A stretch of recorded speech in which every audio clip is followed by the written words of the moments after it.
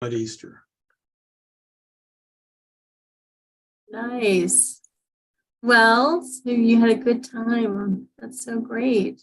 And we're going live in 3, 2. Good evening, I'm David, and welcome to the second episode of the Stand Up News.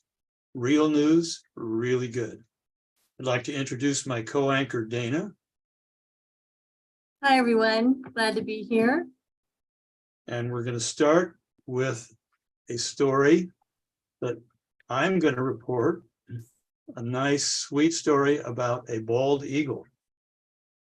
A 3-year-old bald eagle that was found nearly lifeless in Gilboa, New York in January has been released back into the wild after a months-long recovery. The eagle was found on Wednesday, January 25, by town workers plowing the roads. The eagle was severely injured and lying in a snowbank. It was brought to Broome Center Town Maintenance Facility, and from there, it was taken to the Friends of the Feathered and Furry Wildlife Center for rehab. After only 1 day, the eagle was already showing signs of improvement.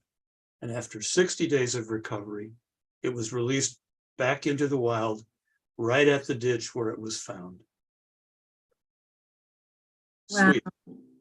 I love that. Back to nature. Yeah. Thank you, David. I love those bird rehabilitation centers. They do such a great job. Yeah, they do. Yeah. I really admire those people with all their learning on how to take care of an animal in that situation. Yeah. An animal that could be inclined to bite you. You think about that. Yeah. Yeah. They do a great job. And you can go there for the day, visit, go for the day, look at all the different birds and they're rehabilitating, and it's really great. So what report do we have next? Are you gonna? Oh, thank you, David. Yes. Oh, who do we have next? Actually, we have a report from reporter Anya on the corridors. Wonderful Yeah, to see you both. So I have a story from Santa Ana Pueblo, New Mexico. It's a really inspiring story, if I do say so myself. Native American tribes, as well as state and local governments, will be able to tap into $350 million in infrastructure funds to build wildlife corridors along busy roads and add warning signs for drivers in what federal officials are billing as the first of its kind pilot program to prevent collisions and improve habitat connectivity. U.S. Transportation Secretary Pete Buttigieg rolled out more details about the program during a visit to Santa Ana Pueblo on this past Tuesday. Wildlife managers, along with tribal leaders, have been tracking mountain lions, elk, and other animals across tens of thousands of acres in north central New Mexico and have documented casualties along busy highways that cut through tribal boundaries. Wild animals are involved in an average of 900 crashes in New Mexico each year, which can injure and even kill both people and animals. Secretary Buttigieg said that tribal communities like Santa Ana Pueblo have frankly been ahead of the rest of the country and helped lead the rest of the country in better understanding the importance of the relationship between human settlement and the ecology. Sometimes road safety looks like a crosswalk, but in some communities like rural New Mexico, it can look like a wildlife crossing. And I actually have an image just came in of one of these wildlife crossings. So isn't that incredible? Oh, yeah. Beautiful shot, right? Great. Anya, are you certain that that's in New Mexico? Let me just, okay. It's actually Israel. Thank you, Dana. This is actually Israel, but you know what? Hopefully there are more to come like this in New Mexico. So I think that's what they're working on. So That's maybe what it- it's, yeah, maybe it's CGI. I don't know. I don't know about these things, but I think it's the 405 in LA. David, you and your jokes. All right. Well, thank you. Thank you both. Thank you, reporter Anya. Great to see you. And you. Next, we have an interesting story from reporter Diane about some penguins. That's right, Dana. It's Nature Night here at Stand Up News, apparently. So my story is about a penguin at the New England Aquarium. And this penguin has a new bounce in her waddle after being fitted with a pair of custom orthopedic sandals, which I think I need a pair myself, but moving on with the story. 3 years ago, a 24-year-old African penguin named Beach Donkey, was diagnosed with pododermatitis. And this is a debilitating and chronic condition common among avian species. It's also referred to as bumblefoot. Okay, if left untreated, the disease can cause very serious problems, including sepsis and bone infections. So over the last few years, animal care staff at the aquarium developed a multifaceted treatment plan to get Beach Donkey back up to speed. In addition to medications, foot therapy, and surgeries, custom footwear was crafted for the penguin. She got used to her sandals, and after undergoing additional treatments, Beach Donkey was able to walk on hard surfaces again. Woohoo! And her care team considered her healed and is continuing preventive measures to keep her healthy.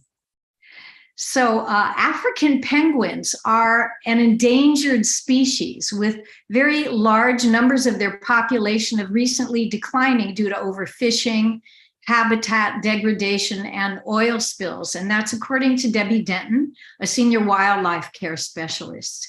Debbie believes that it is vital that we continue our work to ensure their continued survival for generations to come. And that is an actual picture of Beach Donkey. Why did they name her Beach Donkey, Dana? It's just such a terrible name. And Anya, I'm really kind of ashamed because that's fake news with that picture. Okay, back to you, Dana. Thank you, Diane. I kind of like the name Beach Donkey. I don't know. I like it. So, in a story from our culture desk, I'm reporting tonight. In Bessières, France, it's a tradition to make an omelet for Easter. That may not seem that far out of the ordinary, but this is not just any omelet. It's a truly giant omelet. Confrère mondial des chevaliers de l'omelette géante de Bessières, the World Brotherhood of the Knights of the Giant Omelette, has hosted the small town's annual omelet festival since 1973. That makes this its 50th anniversary this year. It's a story of friendship, a story of sharing. The president of the Confrère said in a video about the tradition, Aliette Berners. Per the Washington Post, the massive undertaking on Easter Monday requires 15,000 eggs, 2 pounds of salt, a pound of pepper, a bucket of herbs, and 12 gallons of duck fat, all mixed up in a 13-foot wide pan. Festival attendees get their share of the omelet at no cost. Though it's a party with music and dancing and thousands of people, the underlying theme of the Giant Omelette Festival is community. One longtime Brotherhood member said in the video, "You have to be in it to understand what the Brotherhood, what is the Brotherhood? Oh. The link that we all have together." He shared, "It's really something extraordinary, and I hope it will last forever. There's no reason it can't." Thank you, everyone. And now we have a story from reporter Sean about, it's a hero story. You want to fill us in, Sean? Yeah, sure. I also have a video for the audience in a moment. A boat trip became a mission of mercy for Blake Fish and his family off the coast of Tampa Bay, Florida, when they spotted a sea turtle struggling in the water. Let me put up that video.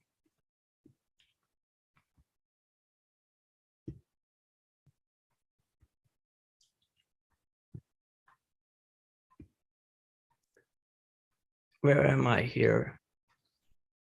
In a busy, so they soon realized the loggerhead turtle was cut in a rope attached to a crab trap. Immediately, they called the Florida Wildfire Commission for help. I guess that's the entire video. So let me just fill you up with the story here, which was the sea turtles are on the endangered species list. However, unfortunately, no marine biologist was available in the area.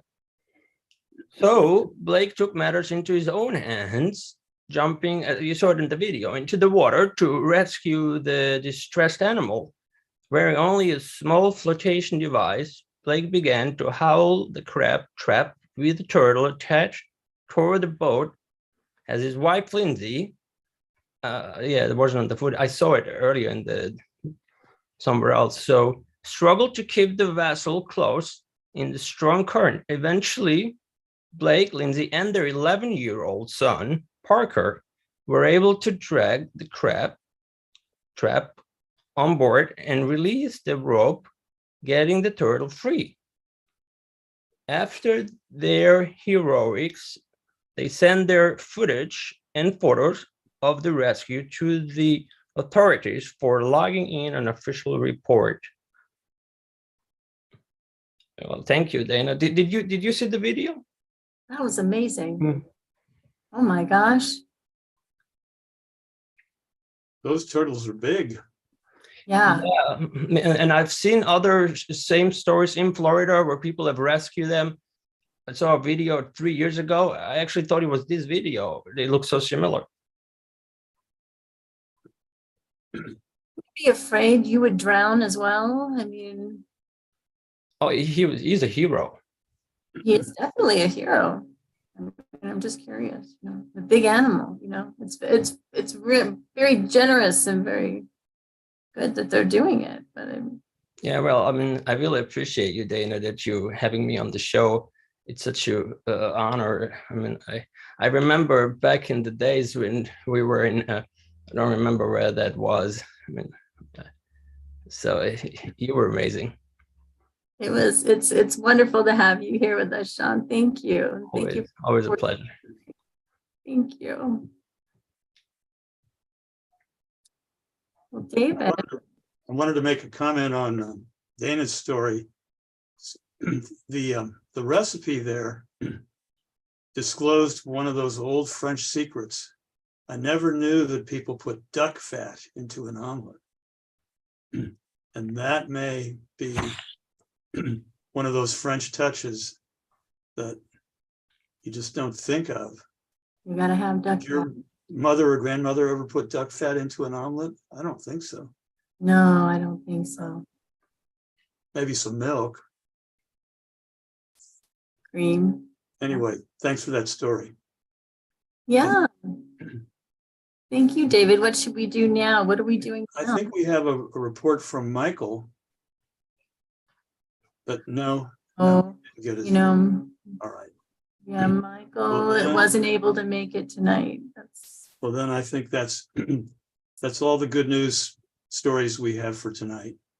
But it was a pleasure being with you. Thanks for your leadership with the other reporters. What is going on? Do we have Michael? Oh, we do have Michael. Sorry. Oh my gosh. Oh, duck fat. He's holding up Tuna. duck fat. Star. So great. Do you put it into your omelets, Michael? Actually, yes, I put it into omelets. I put it into steaks, chicken. Wow. I would put it in fish, but I don't eat fish. But it adds just this really nice little nutty flavor to things. Yeah.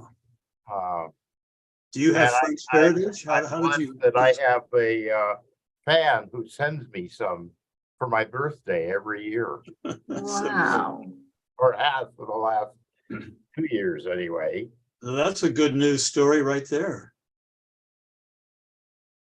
Yeah. Great, Michael. That's And awesome. how did he know that would be appeal to you? Do you have?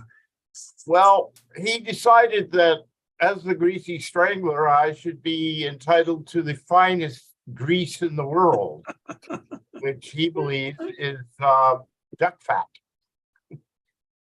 Good. Well, thank you for that. I have to agree. Want to come over, bring eggs, we'll make an omelet. All right. So we wish everyone a pleasant good evening, and we'll see you next week. Thank you, everyone, for joining us tonight. Thank you, David. Good night. Thank you, Dana. Good night.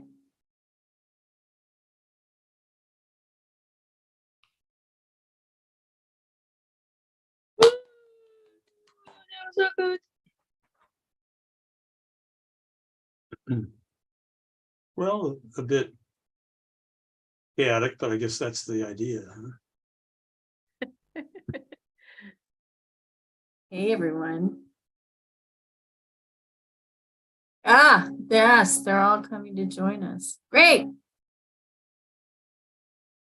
Thank you, reporters. I'm so glad that you reported with us tonight. Thank you. Thank you for your stories. Yes. Thank you Thanks for to all. having us. Yeah, this is real news and it's real good.